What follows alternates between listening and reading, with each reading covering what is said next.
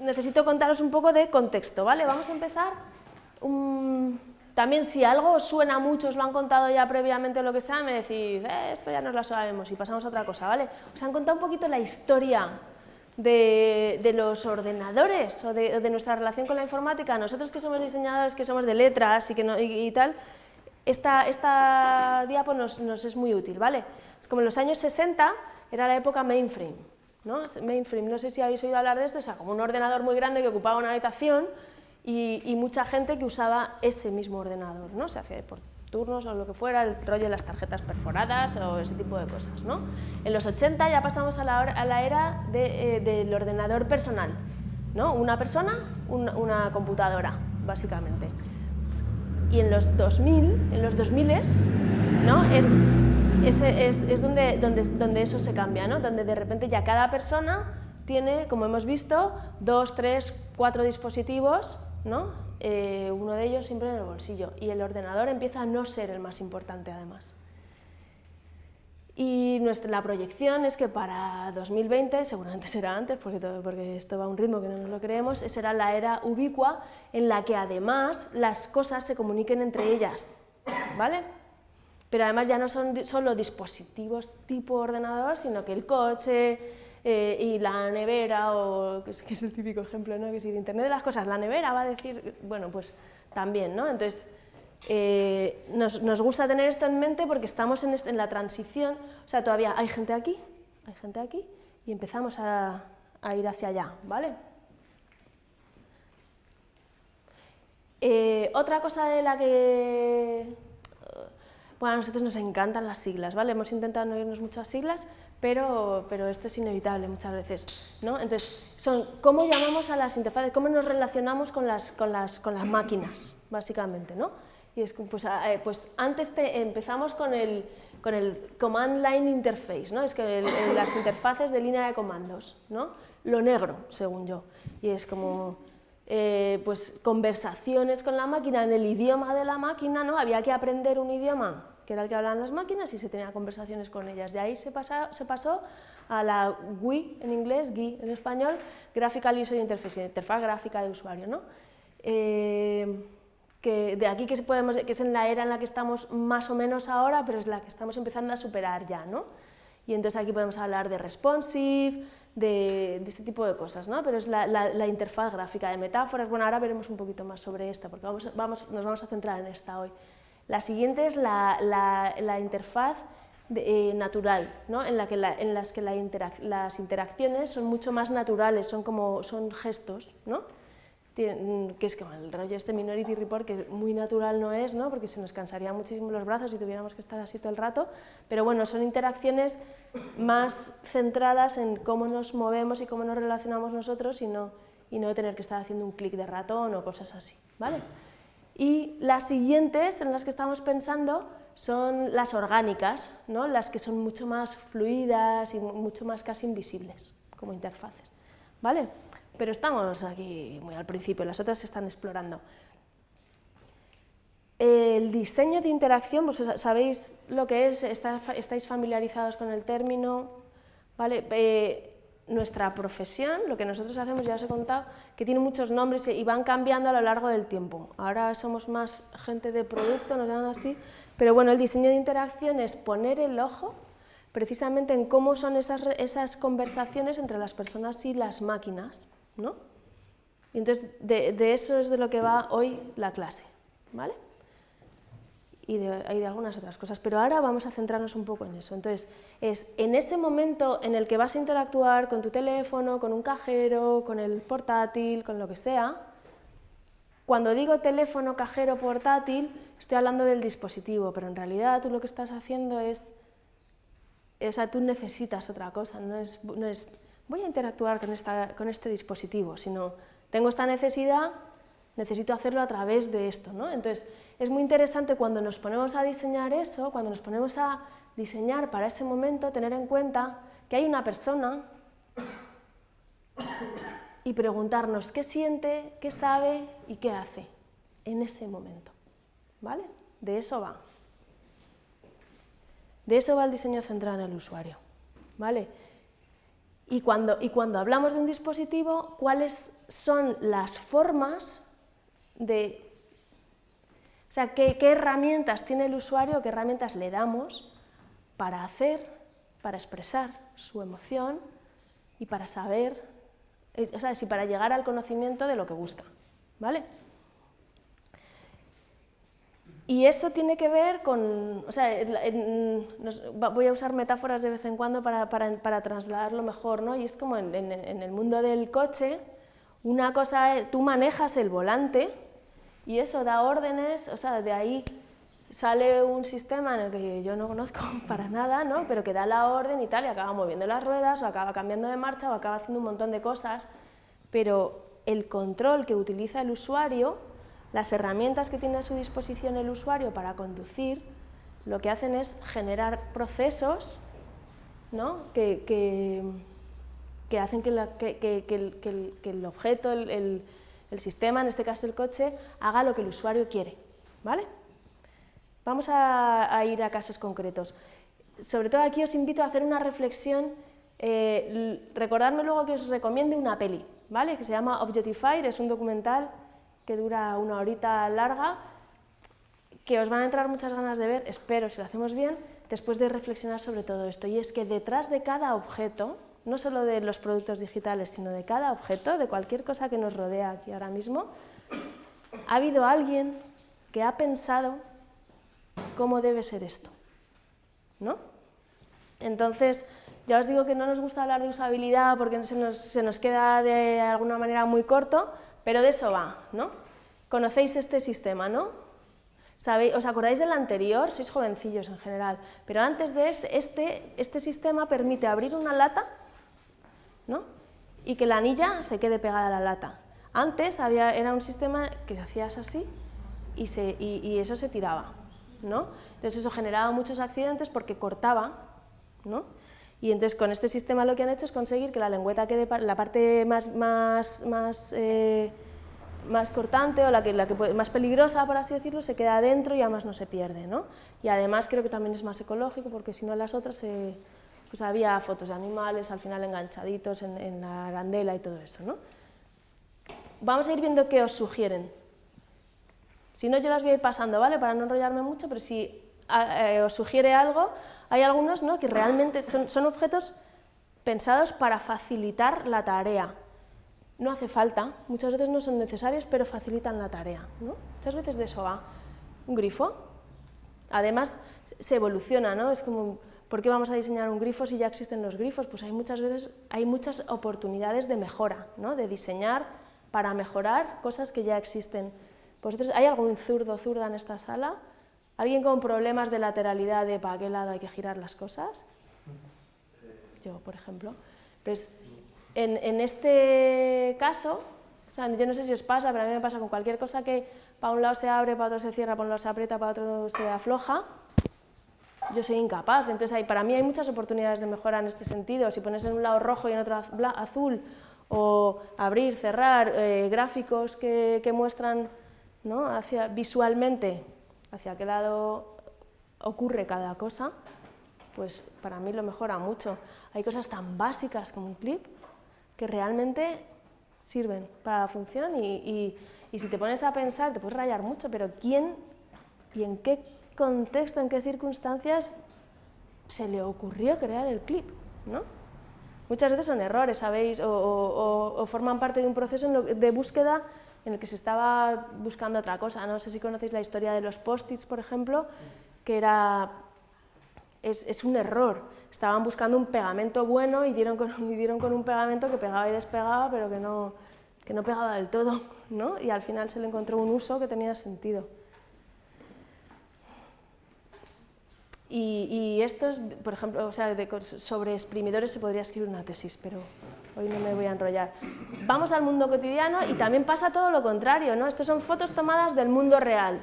¿Os imagináis quién ha pensado, quién ha llegado aquí, ha visto este parque y ha dicho, bueno, vamos a poner aquí unas plazas de garaje, vamos a hacer aquí el alcorque del árbol y vamos a hacer algo imposible, ¿no? Un genio, pero alguien lo ha pensado. ¿no? O sea, alguien ha estado ahí y ha dicho, vamos a pintar aquí unas rayas blancas, ¿no? O sea, siempre hay alguien detrás de estas cosas, ¿vale? Son reales, como veis. ¿A qué genio se le ha ocurrido que esto se puede respetar? ¿Vale? Todos nos hemos encontrado cosas de estas todos los días, ¿no?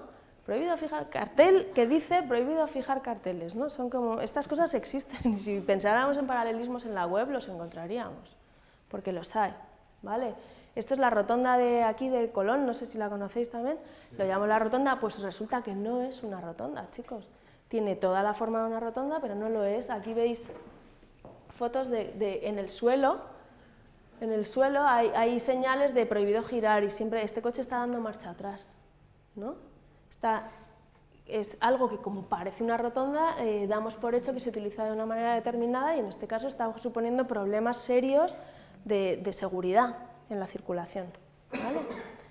Esto es el dashboard, el salpicadero de un camión. ¿Pensáis que el camionero puede enterarse de una alerta, de una alarma, de que algo va bien o mal? Pues este es el de un autobús.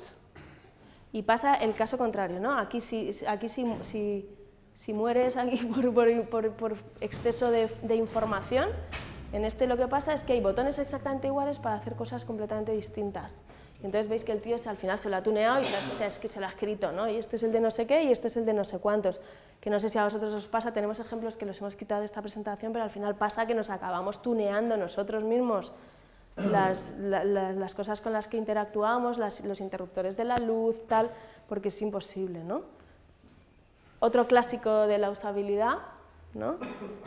Que al final se resolvería de esta manera, por ejemplo, ¿no? Ejemplos de la vida cotidiana. ¿Nos ha pasado? ¿Tenéis un despertador de estos? Ninguno tiene un regulador de potencia, de luz, ¿no? Cuando en realidad y molestan un montón. ¿Cómo es posible, no? O objetos que son concebidos para una cosa y se acaban utilizando para otra. Sois muy jóvenes, a lo mejor no lo sabéis, pero ese cubito negro es donde se compran los carretes de fotos analógicas, ¿no? Y al final todos lo acabábamos usando, os aseguro que no era para llevar el dinero, pero ahí queda eso, para las monedas también se podía. Lo hemos hecho todo, no sé si fumáis, ¿no? Pero al final es como, esto no es un cenicero, pero en determinados contextos faltan ceniceros, la gente fuma, ¿no? Entonces, no sé si estáis entendiendo de lo que estoy hablando, ¿no? Pero al final es como, todos tenemos la necesidad de utilizar cosas para ciertas cosas y si no están las vamos a tunear y lo vamos a hacer a nuestra manera, ¿no? Las neveras jamás fueron concebidas como tablón de anuncios de la familia, ¿no? Y sin embargo, lo son, o otras cosas, ¿no? Todo esto llevado a la web se convierte o es muy parecido a cosas como esta. No sé si lo veis, pero al final es como alguien que ha hecho así, como si es el gato en el teclado, y Google te dice, quizás quiso decir esto mismo con un pequeño cambio, ¿no? Y joder, pues esa es nuestra intención, ¿no? Tratar de ir siempre un poquito más allá, de entender qué es lo que está haciendo el usuario y si no hay algo muy próximo, darle una posible solución, ¿vale? Microsoft es una mina para nosotros de ejemplos, ¿no? En este caso es error de mensaje, lo veis, ¿no? O sea, no os lo voy a leer, pero al final son como mensajes imposibles y absurdos que una persona humana jamás daría, ¿vale? O estas, ¿no? Ha ocurrido un error mientras creábamos el informe de errores. O ¿no? Cuando no lo sé exactamente, pero al final es como... bueno, que vamos a reiniciar en 4 minutos, recuérdamelo en 10 minutos o en 1 hora, o sea, es imposible, ¿no? Me estás dando opciones imposibles. Este es mi favorito, ¿lo veis bien? Es de EasyJet, ¿vale? Y entonces es como tú estás rellenando Es el momento de, has contratado un vuelo y te está dando la opción de alquilar un coche, ¿vale? Entonces, las opciones para alquilar el coche son, con respecto a la zona geográfica, son aeropuertos, Balearic Islands, el descanso de España, Islas Canarias o Madrid y Barcelona. ¿Alguien entiende qué es lo que ha pasado? ¿Qué ha traducido? Pues no sé, Spain... The rest of Spain. Eso es lo que han traducido. ¿Entendéis por qué? Porque a alguien que le han dicho, tú tienes que traducir, y le han dado un Excel, y no le han dado un contexto. Le han dado un Excel y le han dicho, toma, tradúcete todo esto, que lo vamos a volcar en la base de datos y que bla, bla, bla. ¿Vale? Entonces, ¿qué hay? Poco cuidado y falta de contexto, porque está bien traducido en realidad, ¿no? Bueno, como estos tenemos un montón de ejemplos, que tampoco me voy a enrollar mucho. Este es otro de mis favoritos también. ¿Alguien ha volado con Ryanair alguna vez? ¿Sabéis lo que es esto? No necesito seguro de viajes por orden alfabético dentro de una lista de países. ¿Vale? ¿Qué es? Es un puteo. Están grabando, pero... O sea, al final es como quiero molestar. Con Ryanair ahora está cambiando su filosofía, pero lo que ocurre es que estaban encontrando una forma muy poco elegante, ¿no? Es como, vale, vas a pagar menos, pero va a ser jodido. ¿Por qué? Porque vas a pagar menos. Es como, ¿pero por qué? ¿Por qué quieres que la gente lo esté pasando mal? ¿Por qué me castigas? ¿No? Bueno, pues pasa, esas cosas pasan. Esto está pensado, está diseñado. Ha habido, imaginaros, un consejo de dirección en los que se han sentado un montón de señores con corbata en una mesa y han dicho, ¿qué os parece? ¿Por qué? Porque van a ganar pasta con esto. Ah, pues muy bien, no se puede esconder un poquito más, habrá sido, ¿no? Y al final lo vamos a poner ahí, y hay un diseñador que ha dicho, ahí lo ponemos. ¿Vale? Nosotros pensamos que eso es diseño del mal. Somos así de básicos, no nos gusta. Y eso es el mal, simplemente, ¿no? Entonces nosotros abogamos por lo contrario, por el diseño de una buena experiencia de usuario, y estamos seguros de que eso genera fidelidad y a la larga genera otro tipo de compromiso de relaciones de las marcas con las personas, aunque las interfaces estén de por medio, ¿vale? Otro ejemplo. Bueno, el caso es que el diseño de interacción está concebido para crear dispositivos, entornos usables y fáciles de usar. Aquí bueno, esto me lo voy a saltar, que es un ejemplo un poco absurdo. Sigo con ejemplos de la realidad. ¿Sabéis qué es esto? Conocéis, ¿no? Esto de que la gente pone, vendo no sé qué, ¿no? Se vende coche. Para empezar, está pegado con celo. Lo mejor de todo es que está pegado por dentro del coche. ¿Vale? Que es imposible, dices, pero no se puede ser tan tonto. Sí, se puede. Se puede. Alguien lo ha pensado y ha dicho, voy a poner este cartel, lo voy a poner aquí. Y además, joder, es muy difícil leer números en vertical. También, ¿no? Bueno, estas cosas ocurren, ¿no? Entonces, parte de lo que nosotros tenemos que hacer es tratar de diseñar, de anticiparnos y prever el error humano, porque ocurre muchas veces. Entonces, esto no, habría que diseñar para anticiparnos a que estas cosas no ocurran, ¿vale? Y eso pasa porque muchas veces cuando diseñamos, no sé si vosotros ya estáis haciendo algún producto, estáis diseñando, o sea, estáis construyendo, haciendo producto digital, algún proyecto real, no. Pues sí, no sé si os tocará hacerlo o lo que sea, pero un consejo. Normalmente nos imaginamos solo que el usuario hace todo bien y va por el caminito perfecto que a nosotros se nos ha ocurrido, ¿no? Y diseñamos esas 4 pantallas ideales y fascinantes por las que queremos que vayan nuestros usuarios. Pero todos somos usuarios en realidad y todos hemos caído en un 404, se ha borrado tu carrito o en ese tipo de cosas, ¿no? que ocurren, ¿no? Entonces, nosotros recomendamos tener en cuenta los caminos por los que la gente pueda ir, ¿vale? Y diseñar para ello. Hay una filosofía que se llama Pokayoke que trabaja un poco eso, ¿no? que tiene en cuenta el error también. En el mundo real hay formas de evitar el error, de prevenir el error muy sencillas. Por ejemplo, esto que tenían los disquetes y que ahora tienen también las memorias SIMS, que es maravilloso, que se le cortó una esquinita y ya no hay error posible, ¿no? A veces es así de sencillo. Solo hay que pensar un poquito y entender cuál va a ser el problema y diseñar para ello. En medicina, por ejemplo, se hace también. Seguro que todos habéis oído hablar alguna vez de, pues a no sé quién se le dejaron las tijeras dentro, ¿no? O el bisturí dentro del tal. Entonces, lo que tienen los cirujanos es un maletín que tiene la silueta de todas las herramientas. Entonces, antes de cerrar, se mira el maletín, se comprueba que esté todo, luego se cierra, ¿no? Pues al final es anticiparse al error, simplemente, ¿no? Antes hemos visto el caso ese de por dónde voy a mezclar el agua o lo que sea, pues al final tenemos alrededor un montón de mecanismos, o sea, de sistemas diseñados, mundo real, que evitan el error. Este es mi favorito también, las bandas sonoras en carretera, es súper sencillo, ¿no? Es como, ¿a quién se le ha ocurrido esta idea tan genial? O los productos Apple, cuando, yo no sé, yo tengo un Android y lo hace, a veces sí, a veces no, este rollo random a mí me pone un poco nerviosa, pero es tan sencillo que cuando quitas el jack de audio, la música se pone en pause, ¿no? Eso antes no, o sea, no ocurría y es como, joder, tío, que claro, ¿no? Es en el momento que ocurre dices, claro, de eso iba. O veo que aquí hay un ejemplo que no tengo y que para mí es el ideal que Google ha empezado a hacer, y es que no hay un botón de guardar. ¿Vale? Y aquí Microsoft otra vez me sirve de ejemplo del mal, ¿no? Y es, creo un documento, me tiro 7 horas en un documento y si de verdad te crees que no lo quiero guardar, ¿de verdad te crees que no lo quiero guardar? O sea, ¿de verdad el por defecto es no guardar?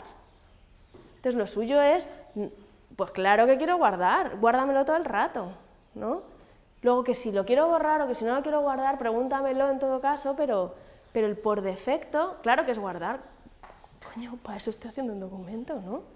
Entonces, esa lógica que es aplastante ha tenido que llegar Google hace 2 años para hacerlo normal. Pero vamos, todavía sigue ocurriendo en un montón de programas que si no guardas, has perdido tu trabajo. El LibreOffice lo lleva teniendo desde hace años, desde que Google lo... Pues tío, ¿sabes? Pero es como que ha tenido que venir pues otra generación de informáticos, entiendo, o de diseñadores o de creadores de producto para darse cuenta de que lo lógico es eso. O sea, que antes, también muchas veces lo que pasa es que las limitaciones tecnológicas, o sea, que antes no era que se diera por supuesto que no se quería guardar, sino que no voy a consumir recursos hasta que me digas que hace falta, ¿no? Pero muchas veces acabamos heredando esas limitaciones o sea, lo que en su momento fueron limitaciones tecnológicas, pero que ya no lo son. Entonces, nosotros tratamos de diseñar, y eso es el ejercicio que vamos a hacer hoy, tratar de diseñar desde el paradigma, desde el modelo mental del usuario, y no desde, yo que soy informático y sé hacer muchas cosas, y entonces vamos a mostrar todo lo que podemos hacer. No, vamos a diseñar para esa situación, ese contexto en concreto.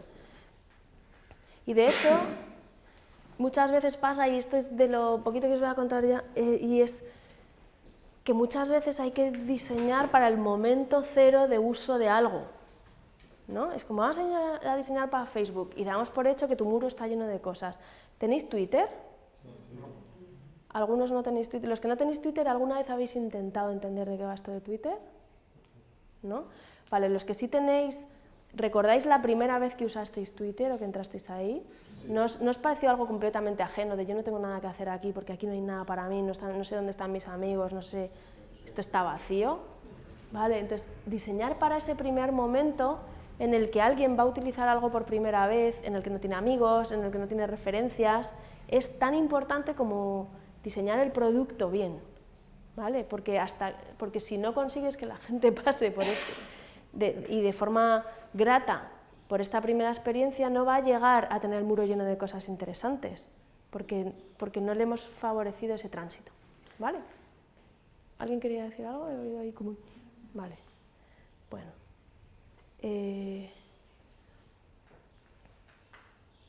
Otra cosa interesante, hablando de web en este caso, es que antes diseñábamos, y yo no sé si todavía cuánto se mantiene este paradigma, cuando pensábamos en los sitios web es como, esta es la home, y luego de la home puedes ir a estas 4 o 6 opciones, y luego de estas 6 puedes ir a esto, y luego Vale, ahora ya no es así. Cualquier página de una estructura arbórea es la home, porque puedes llegar desde Google, puedes llegar desde un enlace, puedes llegar desde 1000 sitios, ¿no? Entonces, es importante tener en cuenta que la home, que si alguna vez trabajáis para clientes, es a lo que le dan valor, no es la página principal. La página principal normalmente es la de producto, es donde está la chicha, es lo que la gente va buscando, ¿vale? Y con respecto a la portada, en todo caso, os diré que hay más de una, precisamente por lo que hemos hablado antes, ¿no? Es como, ¿cuántas portadas hay de Facebook? ¿Cómo? Todas, ¿no? Depende del usuario. Además, pero bueno, la mía ahora mismo podrías decir, la mía es mi muro, la tuya es tu muro, más o menos es la misma, ¿vale? Pero además, cuando tú no te has registrado todavía, ¿cómo es? Esa que tiene el mapita, que tiene así unas flechitas, ¿no? Esa es otra, es una portada de Facebook también, ¿no? Y cuando la primera vez que lo usas y tú todavía no tienes amigos, ¿cómo es esa pantalla? Ya no os acordáis, pero la visteis en su momento, ¿no? Entonces, hay que diseñar muchas más, o cuando lo digo también por si en algún momento os volvéis freelance, por ejemplo, tenéis que presupuestar qué vais a hacer, eso no es una home, son 3 pantallas que se diseñan y 3 pantallas que se construyen, o sea, 3 páginas que se construyen, ¿vale? Y es muchísimo más importante que, o sea, como no lo tengas en cuenta puede fracasar, aunque la idea fuera buena, ¿vale? Porque no se está pensando en el usuario. De esto ya os habla, esto es lo del botón de guardar, ¿vale? Y me voy a saltar alguna más porque voy a ir a la chicha. Vale, vamos a hablar un poquito más en detalle de qué es experiencia de usuario. Tengo un socio, Juan, que dice que los cuartos de baño públicos son el espacio de humillación público más importante, ¿no? Estás en el baño y de repente se te apaga la luz, ¿no? Y estás ahí. Vas a lavarte las manos y no sabes cómo hacer para que salga el jabón, para que salga el agua, para que deje salir el agua, para que salga el aire caliente. Es como, ¿pero por qué? Porque, o sea, parece un campo de experimentación de super tecnología. Es como, tío, de verdad solo quiero ir al baño y lavarme las manos. O sea, nada más. Sin embargo, hay otros sitios en los que realmente se cuida la experiencia, ¿no? No sé si habéis comprado alguna vez, perdonad, porque Apple es el típico ejemplo, pero al final son lugares Apple en los que se cuida la experiencia, ¿no? Se diseña para esto, no es que lo puedas lograr, ¿no? Las experiencias no se diseñan, pero se diseña para ellas. Y hay sitios que son referencias, ¿no? porque realmente han trabajado en ello, ¿vale? Es que Dani me ha puesto así un cartel de te quedan 15 minutos y tengo aquí 200 diapos por mostraros. Entonces, vamos a ver muy rápidamente el proceso de diseño centrado en el usuario. Para nosotros, la metodología que nosotros utilizamos para diseñar desde ese lugar desde el que os estoy hablando es el diseño centrado en el usuario, ¿no? Se llama así, DCU, ¿no? Entonces, básicamente, el diseño centrado en las personas o en el usuario es un proceso, y veis que marco en rojo así como las palabras importantes, ¿vale? Es un proceso que se utiliza para crear nuevas soluciones, ¿no? Para el mundo, ya sean productos, servicios, experiencias, negocios, porque eso ya cada vez está pasando más, ¿no? Que ya lo que veíamos de las interfaces llega un momento que ya no es tanto de voy a diseñar una pantalla como voy a diseñar un servicio, voy a diseñar una relación, ¿vale? Entre las necesidades de los usuarios y lo que las empresas o los productores ofrecen, ¿vale? ¿Qué pasa? Que son idiomas un poco diferentes. Los diseñadores muchas veces nos sentimos como traductores, ¿no?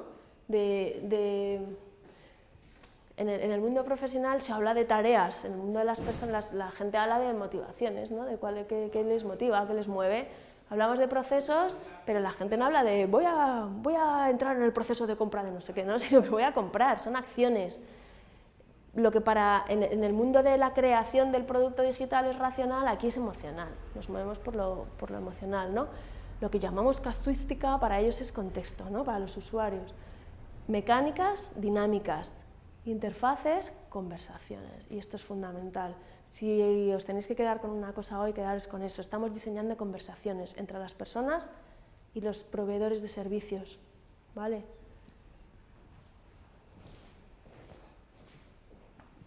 Y el proceso es más o menos así, ¿no? Empezamos, al principio es como muy confuso, muy difuso, ¿no? No tenemos muy claro qué es lo que hay que hacer, ni cómo lo vamos a hacer, ni siquiera por qué lo vamos a hacer muchas veces. Y entonces esta es lo que para nosotros es la fase de research, de investigación, donde empezamos a saber, a conocer, a indagar, a preguntar, a investigar para saber, nosotros para entender. A medida que vamos entendiendo, veis que el garabato se va estirando, ¿no? Aquí, esta es la fase en la que nosotros lo que hacemos es prototipar, y prototipamos no porque sea divertido, sino porque es un momento temprano, lo cual quiere decir que es barato, ¿vale? Y donde el error cuesta poco. Entonces aquí probamos. Y entonces el hilo ya se va estirando y llega un momento en el que podemos diseñar.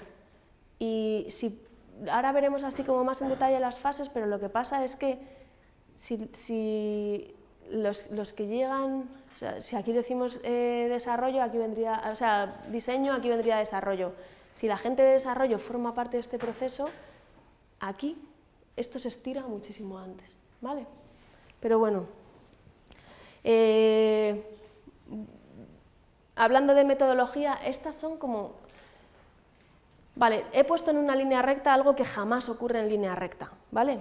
Sino que son procesos iterativos en los que no siempre ocurre todo, pero sería interesante hacer una reflexión sobre cada una de estas tareas, y no solo tareas, sino perfiles. Una cosa que para nosotros es muy importante es darnos cuenta de que formamos parte de procesos en los que intervienen no solo distintas personas, sino también distintos perfiles profesionales.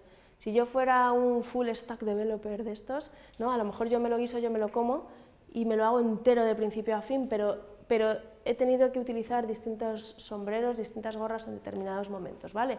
Está la parte de briefing, que si yo fuera emprendedor o lo que sea, no hay briefing, pero sí que es como un encargo, ¿no? Por así decirlo. Esta es lo que para nosotros es muy importante pensar, que es la fase de problema-solución. A nosotros somos consultores, ¿no? Y a nosotros nos pasa muchas veces que nos llega un cliente y nos dice, mira, quiero esta solución. Y es como, ya, pero no me estás contando cuál es el problema. Vamos a entender cuál es el problema y luego veremos cuál es la solución, porque a lo mejor si tú quieres vender, o sea, si me estás diciendo que te diseñe un e-commerce porque quieres vender más, pero si no tienes capacidad para dar abasto, o sea, yo qué sé, para enviar al resto del mundo, a lo mejor la mejor solución no es montar un e-commerce online, ¿vale? Pero bueno, tendremos esa fase como de encargo, por así decirlo, o de hay que hacer algo. Fase de investigación, fase de definición en la que aterrizamos conceptos y luego el diseño. Nosotros lo separamos, el diseño de interacción y diseño visual, porque son conversaciones distintas sobre todo, aunque se haga de forma muy parecida, y porque normalmente esto implica un prototipado unido con la parte de definición, mientras que esta ya implica herramientas y procesos que son ya más caros de deshacer, con lo cual la iteración intentamos para la definición que sea aquí prototipando, y una vez que ya se tiene más o menos definido podemos hacer visual, podemos hacer front. ¿Alguno de vosotros sois frontenero o frontenera? ¿Sois maquetadores? No, como con vergüenza yo.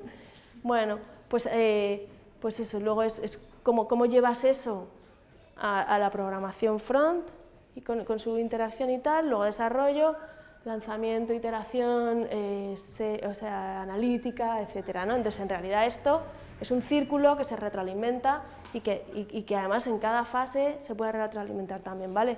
Pero quería pasar por ello por encima así para deciros por lo menos que son fases que no son ni estancas ni independientes, que en realidad unas tareas están más juntas que otras, y lo que os decía, lo puede hacer todo una sola persona. Una persona muy grande, pero se puede hacer, ¿no?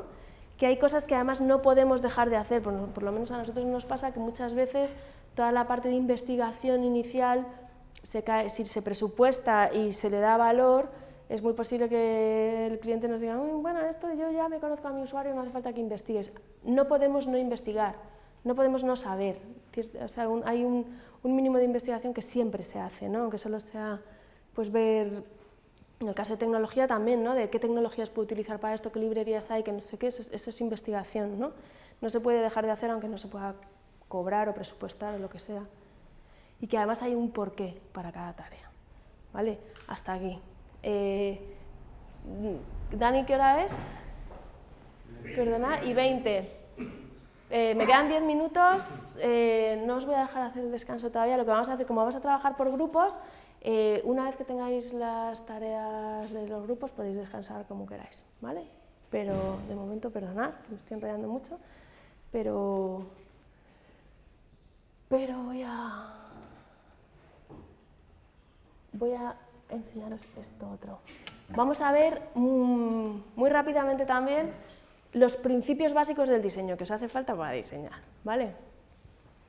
Los principios básicos de diseño son, por ejemplo, esto, las leyes Gestalt de la percepción, ¿las conocéis? Pues esto se estudia en psicología, es psicología básica, ¿no? Quiere decir que el ojo nos engaña, por ejemplo, ¿no? Y son 4 leyes, la ley de cierre, de proximidad, de similitud y continuación, es decir, donde a lo mejor aquí veis un círculo, pero en realidad son una serie de líneas discontinuas, allí lo que hay es 9 puntos, pero como unos están más cerca de otros, como que vemos bloques, ¿no? Aquí por similitud pasa lo mismo, ¿no? Parece que el ojo divide en función de cómo son esos, de si están llenos o no, y en continuación esas líneas son todas iguales, pero en una vemos como dos van unidas y las otras no. ¿Vale? ¿Cómo utilizamos estos recursos a la hora de diseñar productos digitales? Pues aquí lo tenéis, ¿vale? Ejemplos. Bueno, este no es que sea digital, pero es un ejemplo muy claro, ¿no? En el que se están utilizando esas leyes para omitir todo lo que no es estrictamente necesario, porque por asociación ya estamos viendo ahí un oso panda.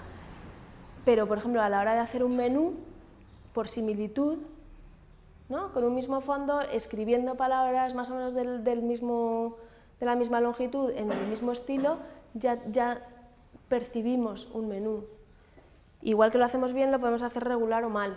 No sé, aquí, no sé, esto es una captura del país, no sé si a vosotros os pasa, pero a mí me pasa que nunca sé muy bien con qué titular va la imagen, ¿no? Porque es un tema de jerarquías visuales, ¿no? Que tiene, con qué imagen, con qué titular va esta foto. ¿Qué decís vosotros? Hay que leerlos, ¿no? ¿Eh? ¿Con cuál creéis que va? Con el de Eurovegas. Pues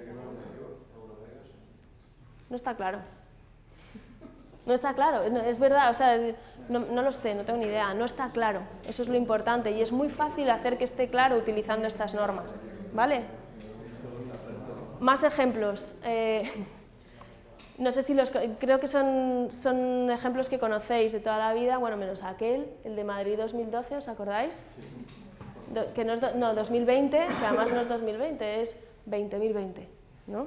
Pero que parecían chanclas, ¿no? Entonces siempre se hacen esas cosas, ¿no? Bueno, no voy a entrar muy en detalle de estas leyes, que en el fondo las conocemos todas. Lo importante es saber que podemos utilizarlas. ¿Conocéis estas? El logo de Carrefour, ¿todos os habéis dado cuenta que era una C? Todos recordáis ese momento en el que os disteis cuenta de que era una C, ¿no? Porque no lo parece mucho, se han pasado. ¿Eh? Sí. Sin embargo, ¿y habéis visto la flecha de FedEx? Igual es más obvia, ¿no? Tenemos que poner ejemplos nuevos aquí. Bueno, pero estas como que son muy conocidas, son muy universales, ¿no? Pero hay otras que son específicas del diseño de interacción. ¿Conocéis la ley de Fitts? Vale, pues la ley de Fitts dice que el tiempo necesario para alcanzar un objetivo es directamente proporcional a la distancia inversamente proporcional al tamaño del objetivo. Es decir, ¿quién lo entiende? Que cuanto más cerca esté el objetivo y más gordo sea, más fácil va a ser que le dé, básicamente, ¿no? Entonces, ejemplos del mundo real, estos, por ejemplo, ¿no? El interruptor este de pellizquito que tal y el otro que le das así y ya está. Pues en los sistemas de seguridad tienen muy en cuenta la ley de Fitts, ¿vale? Tengo por ahí un ejemplo, no nos da tiempo porque voy a toda prisa, pero hay un ejemplo online te van apareciendo circulitos y tienes que ir a darle, ¿no? Y luego ves lo que tardas en dar a cada uno en función de dónde estabas previamente y del tamaño del objetivo, ¿vale? Esto también, la ley de Fitt se aplica muchísimo a la hora de diseñar para iPad, por ejemplo, para dispositivos táctiles, ¿no? Que hay algunos que parece que tienes que diseñar ahí como para darle con una uñita y claro, es que no se puede diseñar igual para un iWatch, por ejemplo, que para un iPad. Hay que tener eso en cuenta. Y además, ¿cuáles son las zonas por las que accedemos mejor, ¿no? Porque estará más cerca y será más fácil darle, con lo cual, si queremos que se acceda a esas zonas, tiene que ser por ahí, pero si no queremos, hay que tener cuidado porque va a ser muy fácil darles, ¿vale? Y un ejemplo es este, aquí estamos comparando la paginación de YouTube con la de Google. ¿Cuál decís que es más fácil, o sea, cuál responde mejor a la ley de Fitts? Muchísimo más. ¿Entendéis por qué, no? Es que aquí la zona de clicado de Google es muy compleja, es mucho más difícil darle. Hay otro señor que se llama Hick, que también tiene su ley, y es que el tiempo necesario para tomar una decisión es directamente proporcional al número de opciones disponibles. Es decir, parálisis por análisis, lo sabéis, ¿no? Infoxicación. Al final es como si me das demasiadas opciones, no sé, no puedo decidir, ¿no? Ejemplos. ¿No? Es como, ¿qué coño? Al final todos lo usamos para dos cosas. O, bueno, este es un ejemplo así un poco... Y entonces, ¿qué pasa? Que la probabilidad de que no se seleccione ninguna opción también crece con el número de alternativas. Y eso lleva al mundo digital, chicos, chicas, pues, ¿qué pasa? Estamos hartos de encontrarnos con estas cosas, ¿no? No siempre, o sea, en un directorio, pues es un directorio, ¿no? No queda más remedio que tener todas esas opciones, pero entonces ahí en nuestro trabajo, como diseñadores, como los que estamos ahí mediando entre tecnología y humanos, es tarea, en este caso sería muy de arquitectura de información, ¿no? De cómo hago que esto sea digerible. Y hay mil formas de hacerlo. Google, por ejemplo, lo que hace no es que no tenga todas esas opciones, es que las oculta, ¿vale? Y ahora veremos por qué, pero es como Google tiene más opciones, y entonces si quieres más, te doy más, pero no te voy a mostrar todas todo el rato, entre otras cosas porque no es lo que más necesitas, ¿vale? Hay un vídeo de este tío, no sé si lo conocéis, que se llama La paradoja de elegir, que habla precisamente de que antes no había tantas opciones, habla de lo difícil que le resulta comprarse un par de vaqueros, bueno, pero bueno, no vamos a verlo ahora.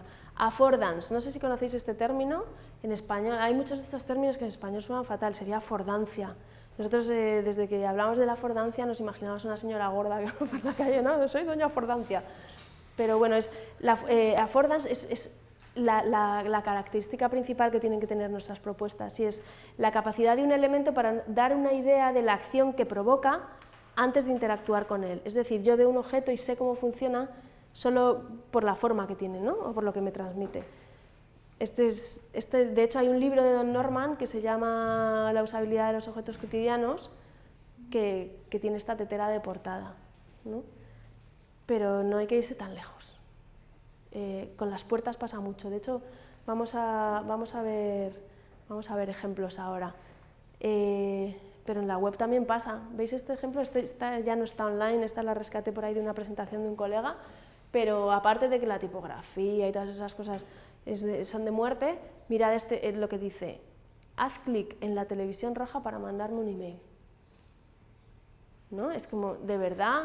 O sea, eres un genio, ¿no? O sea, has conseguido que me lo tenga que leer absolutamente todo para entender lo que tengo que hacer, y aún así me parece, o sea, hay una disonancia cognitiva. Es ¿por qué tengo que hacer clic en una tele roja para mandar un email?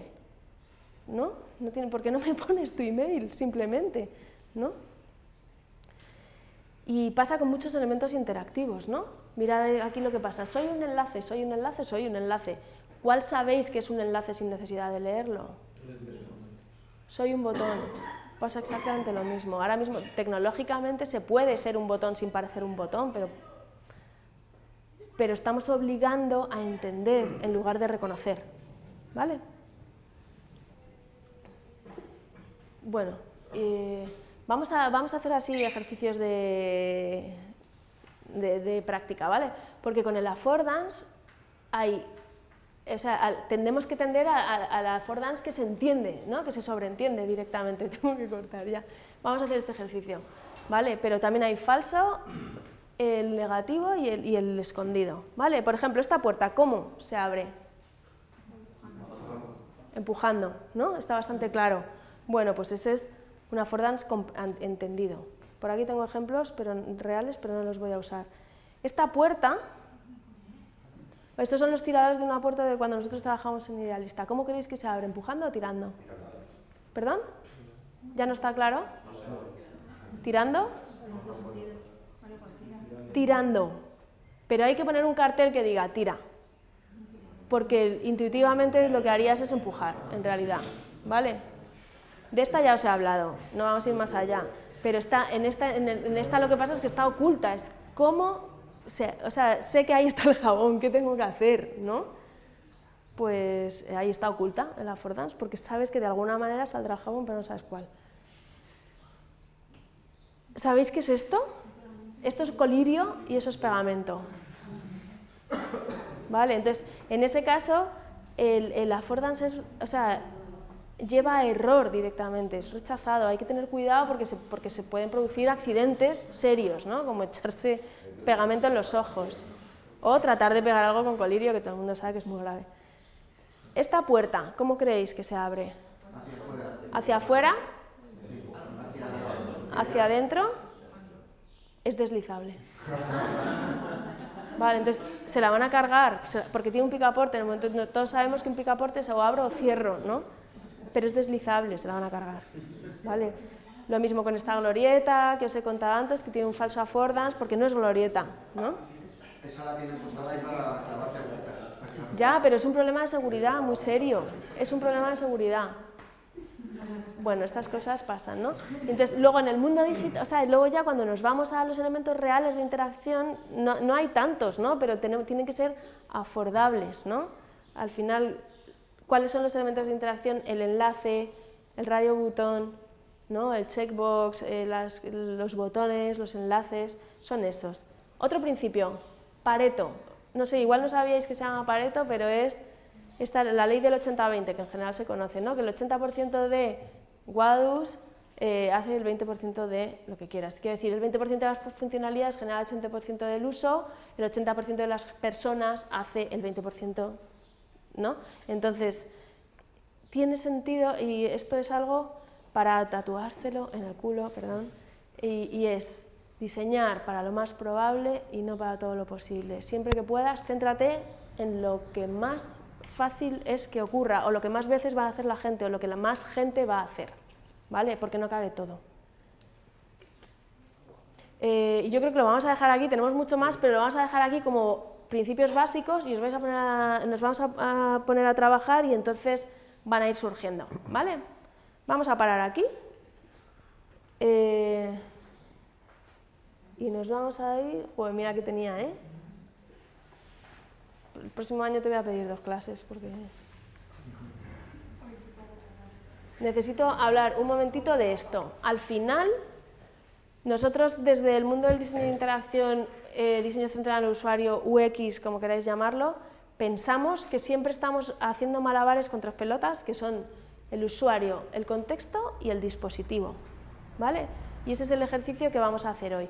Cuando vamos a diseñar, vamos a trabajar en grupos, todos vais a tener el mismo dispositivo, pero van a cambiar los usuarios y por eso van a cambiar los contextos, ¿vale?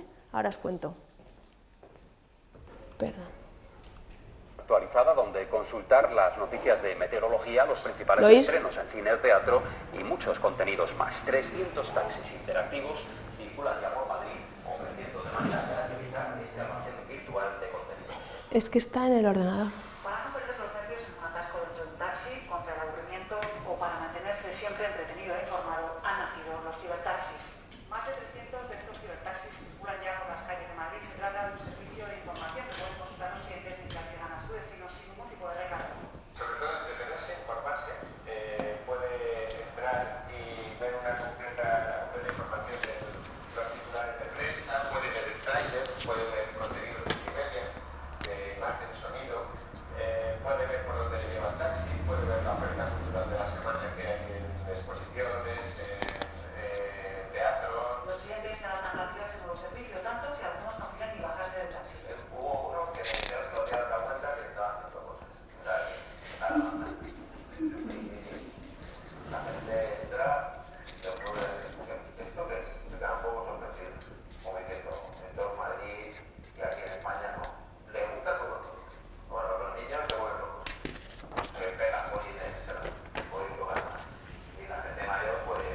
de noticias.